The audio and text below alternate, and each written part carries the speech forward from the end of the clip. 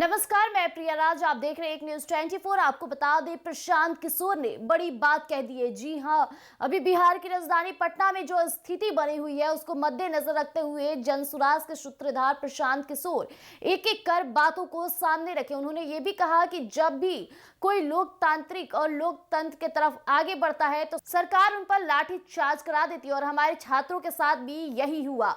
हालांकि प्रशांत किशोर ने एक एक कर और भी बड़ी बातें कही, तो सबसे पहले आप इस वीडियो में देखिए और सुनिए। का लोकतंत्र में लाठीचार्ज वगैरह दुखद है, लेकिन यहाँ पर जो सरकार है नीतीश जी की, इस सरकार का एक कैरेक्टर रहा है, कोई भी आता है लोकतांत्रिक तरीके से अपनी बात रखने तो सरकार लाठीचार्ज को सबसे आसान जरिया मानती है। तो लाठीचार्ज की तो एकदम बिल्कुल निंदा करते हैं, नहीं होना चाहिए। और अगर किसी ने किया है, कोई अधिकारी दोषी है तो उस पर कार्रवाई होनी चाहिए। एक बच्चे को मुझे बताया गया है कि चोट लगी है, वो हॉस्पिटल में है। हम लोग अपनी ओर से कोशिश कर रहे हैं कि उनको जो वहाँ मदद हो सकती है, शायद उनका पैर टूट गया है। जहाँ तक विषय की बात है, तो जो पूरा हल्ला हंगामा हुआ वो नॉर्मलाइजेशन को लेकर हुआ है, और मुझे लगता है कि इसके लिए सरकार का दोष इतना ही है कि उन्होंने समय रहते लिखित में उसको क्लियर नहीं किया। क्योंकि कल तो सरकार ने, अब जब हंगामा होने के बाद बता रहे हैं कि नहीं नहीं ऐसी कोई बात नहीं है, एग्जाम एक ही पेपर से होगा या कोई इसमें नॉर्मलाइजेशन की बात नहीं है, तो मामला वो खत्म है।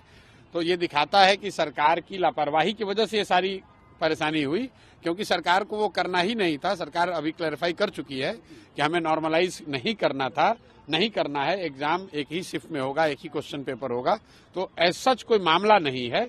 लेकिन कल जो बात हुई वो सरकार की जो कार्यशैली है, किसी बात को समय रहते क्लियर न करना, कोई आ गया डिमांड करने तो उस पर लाठीचार्ज करना या उसको उससे बातचीत न करना, तो दुखद है, नहीं होना चाहिए। लेकिन दो मांगे हैं अभ्यर्थी की। एक मांग तो थी सर्वर को वापस से आप रीओपन नहीं, देखिए वो सर्वर की मांग नहीं है।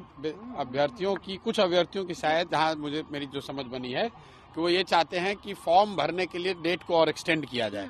सरकार का ऐसा कहना है कि पहले ही एक बार डेट एक्सटेंड किया जा चुका है 20-22 दिनों के लिए।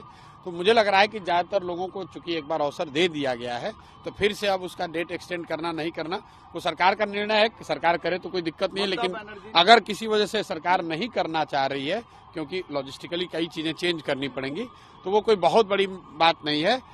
विद्यार्थियों पर या समाज के किसी वर्ग के बात पर, प्रोटेस्ट पर, उनके लोकतांत्रिक अधिकार पर लाठीचार्ज कराना वो एक तरह से गलत है। और ये हुआ इसलिए कि सरकार ने समय रहते हुए अपनी स्थिति को उन्होंने क्लैरिफाई नहीं किया। अगर उन्होंने क्लैरिफाई कर दिया होता तो बच्चे यहाँ जमा नहीं होते, ये लाठीचार्ज जैसी कोई गलत काम हुआ नहीं होता।